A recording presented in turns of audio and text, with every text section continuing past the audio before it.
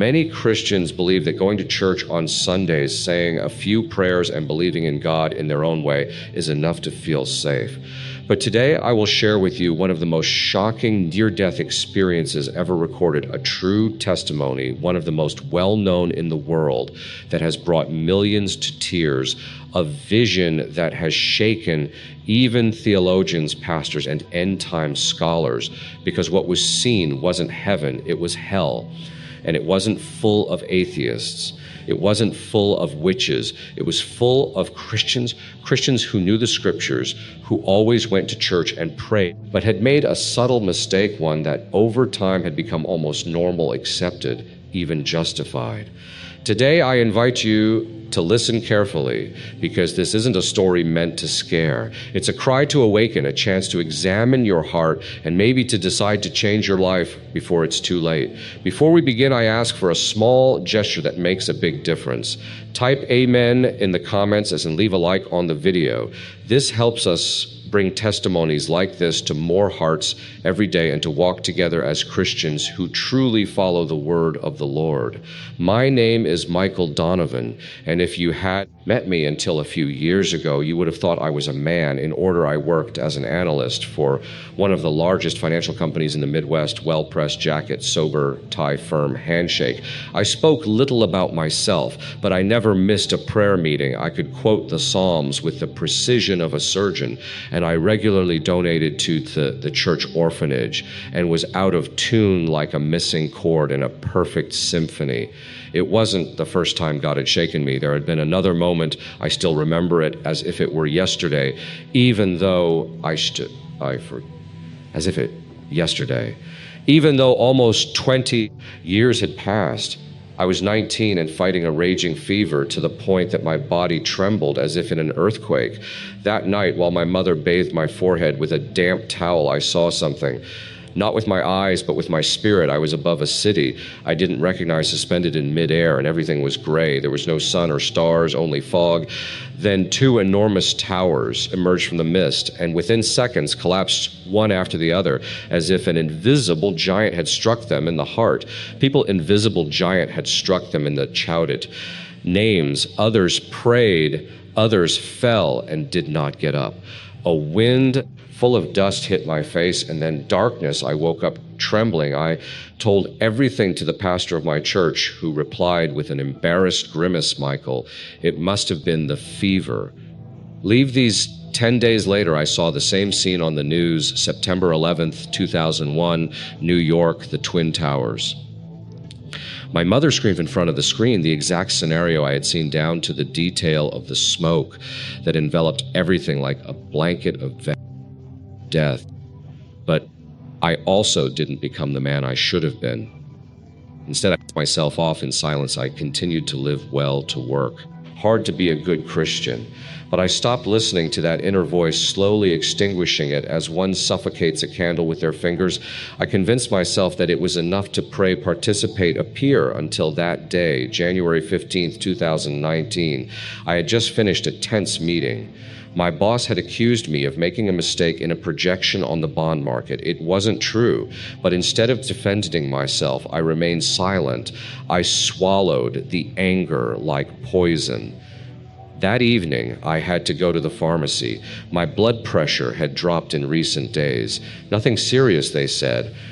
Work stress, nothing more. I entered the store with a weight on my chest that I couldn't explain. The fluorescent light seemed like pins in my eyes. Every word of the people around me was white noise. Then the emptiness, my legs giving way, a distant voice. He's collapsing. A hand that vainly seeks a shelf, then blackness, but not the blackness of sleep. It was a blackness that had substance density, a silence that screamed, and there I understood I was dying. There was no panic. There was awareness I was still me, but without a body. As if I were made only of thought, memory, and truth, I no longer had anything to hide behind. Neither titles, nor careers, nor memorized verses, only my soul and a call that rang again loud like the one in 2001. Only this time, there was no time to ignore it. I can't say how long I remained suspended in that darkness. It wasn't an absence, as if the night had eyes and memory, as if it knew me better than I knew myself. There was no sound yet. The silence buzzed like a submerged drum. I had no body, yet I perceived everything. My breath was gone, but my consciousness had ignited as never before. Then something changed. Not a voice, a wordless whisper like wind caressing the mind, and the darkness began to break, not suddenly, but slowly like a cracking glass. A crack of light opened before me, and I was drawn in.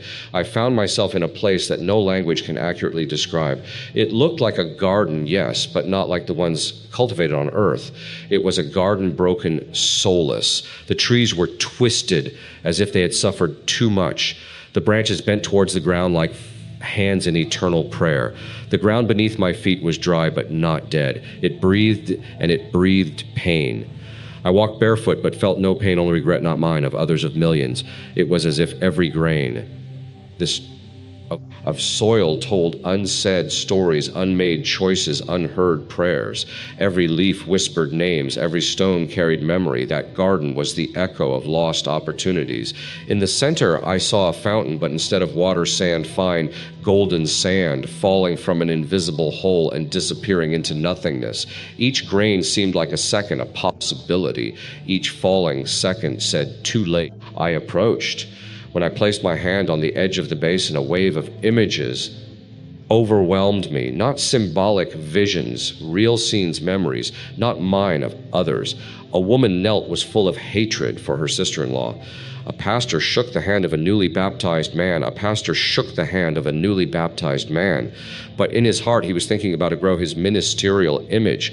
A young man read the scriptures every morning, but he did it to feel superior to his friends who had stopped going to church, all religious, none redeemed. And then I heard the voice, not as sound as identity. It was Jesus. There was no doubt. He doesn't present himself with titles or miracles. He makes himself known by what emanates from him. Truth that tears love, that burns justice, that embraces Michael. He said, I turned around. I didn't see him, but I felt him all around me, as if the very air had taken his form.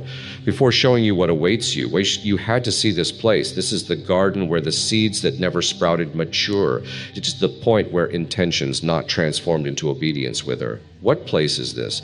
Lord, I asked, not with my lips, but with my heart. It is the anteroom. Here arrive the hearts that have known my voice, but have silenced it. Here are gathered the promises, never kept the prayers said out of fear, the conversions that have never given birth to humility. Every word was like a sword that pierced my justifications. And within me something broke, because for the first time I saw, who are these, I asked. Those who called me Lord, but never let me reign. The roots of the trees moved slightly, as if trembling under the weight of a revelation, and I understood that this garden was not hell, but neither was it heaven. It was the truth before judgment. The moment when the soul is forced to see itself without filters, then the light opened and the garden vanished like mist in the sun. I felt a force dragging me, and the vision changed, but not my conscience. Now I knew true hell begins when you realize your faith was just theater. The garden disappeared as if it had only been a curtain, and behind it opened a world that no human heart can contain without breaking. I was no longer among broken roots or waterless fountains, but on a ridge as thin as a border between life and damnation. Below me, an enormous valley stretched into infinity. And what I saw, I will never forget, not even in 1,000 lives. The ground was black, not like night, but like burnt flesh. Everywhere cracks from which a fire rose that emitted no light but torment. The air was thick as pitch, and yet I breathed, or rather, I felt the breath of others, millions of souls, some motionless others in a continuous, desperate movement, as if looking for a way out of a place that had no doors. There faces my God, the faces. Some of them I knew. The first was Pastor Reed. He had still remembered, and he told me that knowing God was more important than studying him. When he told me that knowing God was more important than studying him. Yet there, immersed in the flames, he shouted, verses that dissolved into the air like sand. He had lost his voice from so much pleading, and no one was listening to him. Then I saw Janet, the choir leader. She had a talent that moved the congregation every Sunday, but now her hands were clenched in tight fists as if still holding microphones. Her lips moved, but no sound came out, only despair. She had sung of freedom while living as a prisoner of contempt for those who were not as spiritual as her. Why? I asked, my heart threatening to break. They were yours, Lord, they served you. Jesus' voice answered me deep as an ancient drum. They served me, yes, but they did not belong to me. They served religion, prestige, their own image. They used my name as a shield against humility. They spoke of grace, but they built walls with what I had lived in. And as I walked among those souls, I saw the most terrible scene of all. A man dressed as a preacher, but which robe was still recognizable, even though burned and torn. I preached distinguished him where the words sound doctrine. I led souls to you. You led souls. You led souls to the worship of yourself. Jesus' voice replied, you used the truth to exalt yourself. You defended doctrine, but you never loved your neighbor. Every sermon of yours was a wall, not a bridge I was forced to watch to feel every crumb of despair. Those souls were not there for external sins, as the world defines evil. They were there for something more subtle, more treacherous, the illusion of being righteous. They had not blasphemed, stolen, killed. They had simply believed they were already saved without ever letting salvation. I served at the homeless shelter. A man cried out, I brought food to the poor. I served at the homeless shelter. But his hands were clenched in fists, his teeth gritted not in pain but in anger. But you did it to feel better about yourself. The Lord's voice whispered, not out of love, you judged those who didn't do as you did, and you thought that doing was enough to be. I walked on. Each step was a condemnation for myself, each face a fragment of a mirror. I saw myself in those gestures, in those thoughts, in those prayers, made more to quiet my conscience than to touch God.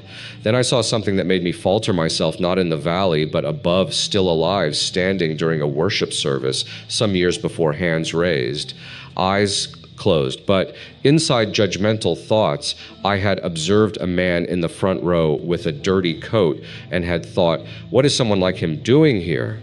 I was there in my body, but there was no love-only form. I slumped down even without a body, my spirit bent like glass in the fire, and Jesus spoke again. The cemetery of the religious is full of those who believe that faith was a role, a mask, a habit, but I do not look at hands, I look at the heart, and in that moment, I understood. Hell is the place where every illusion falls away. I don't know how much time passed between one scene and another. In the realm where I was, time was like smoke. You saw it move, but you couldn't grasp it. When the valley of fire and the religious dissolved before me, there was no transition. I was simply transported as by a greater will that knew exactly where and what I needed to see. I found myself in a strangely silent place. There were no flames, no screams, only faces. Hundreds, maybe thousands, they floated in space, motionless like portraits hanging on an invisible wall. There were no bodies, only faces, but those faces conveyed a pain that pierced the skin of the soul. It was the pain of awareness. Jesus was with me. I didn't see him, but I felt him behind me. His voice didn't reach my ears. It went directly into my spirit. These are the hearts that convince themselves they didn't need me. The first face that came close to me was that of an elderly woman. She had large, intelligent, deep eyes, but full of contempt, as if she still judged. Even from there, Jesus said she led prayer groups for 30 years. She knew the scriptures better than many pastors, but she never forgave her sister for an offense that dated back 40 years. Every time she prayed, she did so with a closed heart, and she believed that saying, I forgive, was enough to be clean, while inside she harbored resentment like poisoned honey. The face moved away and another appeared. A young man, probably a worship leader. I recognized him. He had appeared in some conference I had watched on YouTube. He had talent, charisma, and yet his eyes now were empty, not sad empty, as if his heart had lived in a closed room without windows. He in worship, Jesus said, but not to bring glory to me. He did it to feel he fed on the praises of men.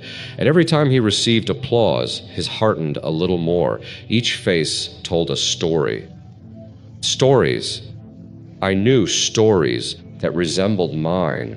Every sentence I heard seemed like an echo of my own justifications. I serve. God, I tithe. I don't do anything wrong. But behind those phrases, like behind the heavy curtains of a theater, hid the most silent and most powerful idol of all, the self. Pride, Jesus said, does not always present itself with arrogance. Sometimes it dresses in modesty. It disguises itself as zeal. But deep down, it always seeks one thing: to be worshipped. And there I saw it, en masse, a familiar face, mine, not as I was at that moment, but as I had been during a team meeting. I was sitting listening to a colleague talk about a spiritual problem. I nodded, offered a verse of encouragement, but inside I thought, if only she had my faith, she wouldn't be in this situation. That thought struck me like a stab. I had never confessed it. I had never even considered it a sin, but now in the light of heaven, it was poison. And Jesus continued, pride does this. It convinces you that you are okay. It gives you a false peace. It makes you say, thank you, because I am not like others. It turns you into an invisible judge.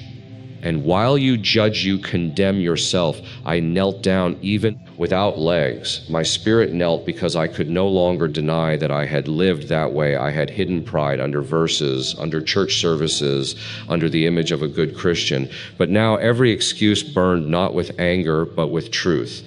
Jesus spoke again, but his voice was no longer just firm. It was sweet, painfully sweet. Many enter faith sincerely, but they stop growing when they begin to feel better than others.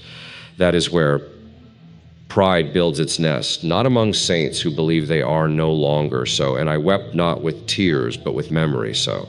And I wept not with tears, but with memory. Every memory that surfaced, every thought never confessed, every gesture made for appearance, everything returned like a river, and I had nothing left to say in my defense. And Jesus concluded, the face of pride is the one that refuses to be saved by grace because it still believes it can save itself. I was transported again as if an invisible wind made not of air but of discernment lifted me towards a higher place. But it was not heaven, not yet. It was a gray area, more refined, more subtle, but perhaps even more deceptive than anything I had seen so far. Before me stood towering structures, not built of stones or bricks, but of books, scrolls, notes, annotated Bibles, theological commentaries. The foundations were made of quotes as the walls of arguments, and each tower had a name engraved on it, doctrine, apologetics, and I had loved them. I knew those names, and I had loved them. I approached the largest one, the Tower of Truth. A staircase of words spiraled up its side, famous phrases, sermon excerpts, conference notes. And next to the base, a man sat with his hands over his face. He wept not out of fear, but out of a pain that seemed ancient, consuming, without healing. I recognized him, Dr. Halverson. He had taught systematic theology. For 35 years, I had read his books. I had underlined his quotes. He had trained entire generations of preachers, but now he was there with his head bowed alone. Professor Halverson, I asked, even though I had no lips. He looked up, his eyes no longer held pride nor wisdom, only emptiness. I knew everything he said, but I knew no one Jesus spoke behind me. He knew every aspect of my word, but he never allowed himself to be loved by it. He loved precision, but not compassion. He defended the truth, but he did not live it. He had built a tower, not a home. I looked around. Dozens, hundreds of souls wandered through those places. Some climbed the stairs reciting verses, arguing, correcting each other, another quoted Augustine's between Bible translations. Another still made comparisons between Bible translations, and yet they were all still. No one was truly ascending. It was an illusory climb, a perpetual motion of weightless words. A discussion caught my attention. Two men were debating fervently about the interpretation of a passage from Revelation. One said, the rapture will occur before the tribulation. The other, no, during. And so they went on in a loop. Jesus' voice grew sterner. These have made theology an arena. They have exchanged my gospel for an intellectual battlefield. Every word of theirs was a bullet, every verse a blade, but they never wept for a sinner. They never embraced the weak. Truth became their crown, but not their cross. I knelt down. I could no longer deny it. I too many times had argued to defend sound doctrine, but not out of love. How many times had I corrected someone to feel superior, not to heal them? I had mistaken the content of truth for the possession of truth, as if it were mine, as if it were metal to be displayed. And Jesus added in a gentler voice, truth without love inflates, love without truth deceives, but truth with love transforms. How many know the scriptures but do not allow themselves to be written by them? How many speak of grace but have never truly received it? One of the men arguing, noticing my presence, turned around. His eyes were red consumed. I came here to seek the truth. He said, but I didn't realize that in the meantime I had lost Jesus. Then he pointed to another building. It was low, almost hidden. There were no books, no engraved phrases, only a simple door above it, a writing, blessed are the pure in heart, for they shall see God. My spirit trembled. I had spent my life trying to understand God more than knowing him. I had studied his word like a code to be deciphered, not like a love letter. And now the towers I had admired were whitewashed tombs, beautiful but empty. Jesus concluded, many have built towers with my words, but they have never built an altar with their hearts. And the towers began to creak. The towers fell silently, no roar, no cloud of dust. They collapsed like castles of cards soaked by the truth. Only after silence reigned again, a path opened before me. It was not made of stones or earth, but of soft light. Each step was not movement, but revelation. I felt the weight of lies leaving me like clothes that were too tight. And before me, something began to shine. A valley opened up, but not like the previous one. This was not a prison, but a new garden. This was not a prison, but a new garden. Here, the trees did not have twisted roots, but deep, strong, hidden ones. The leaves did not fall, but vibrated in the passing wind.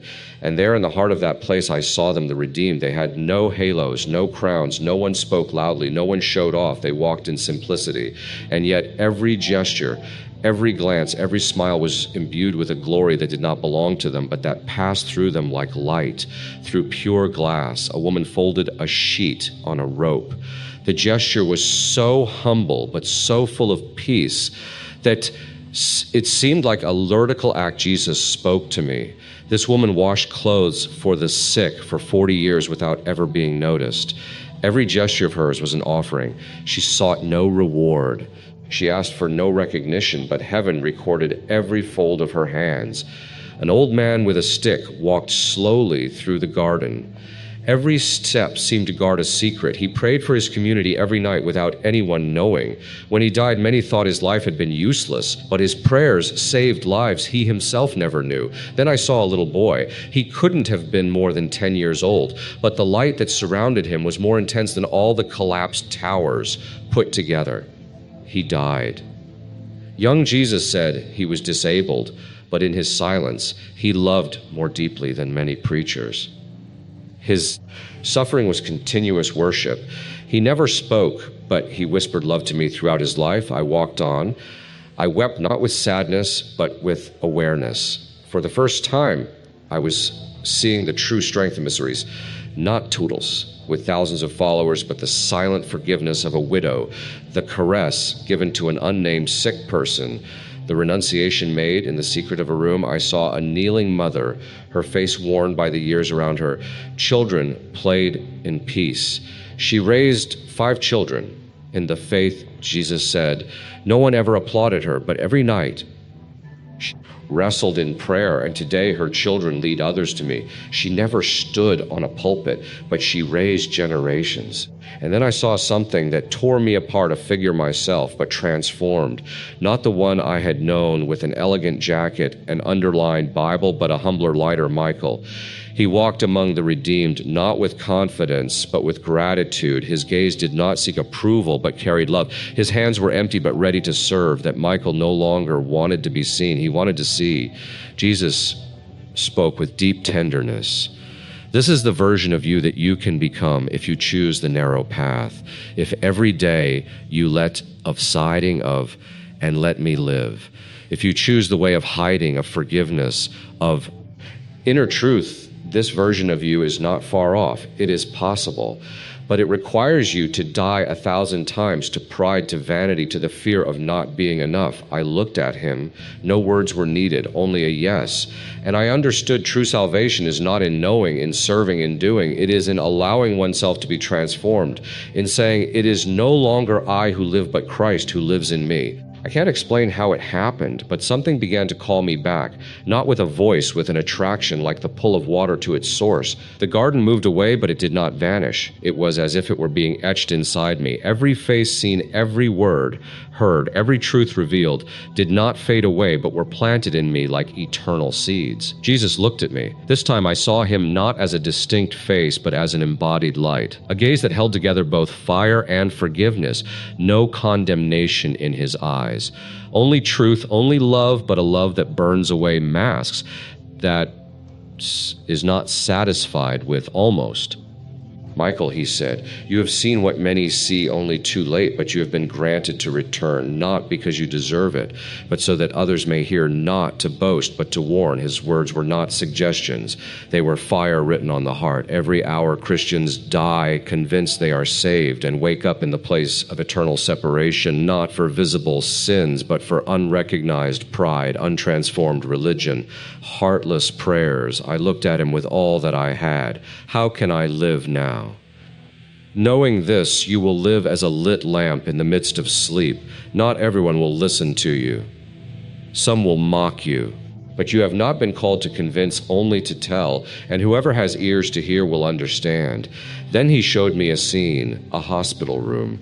My body lying still, cold hands, closed eyes. Machines beeping faintly, a nurse checking the monitor. My sister, in a corner with the Bible on her lap, whispered, God, bring him back, please. It is time. Jesus said, but remember, Michael, this life no longer belongs to you. Do not live for the opinion of men. Do not live to prove yourself.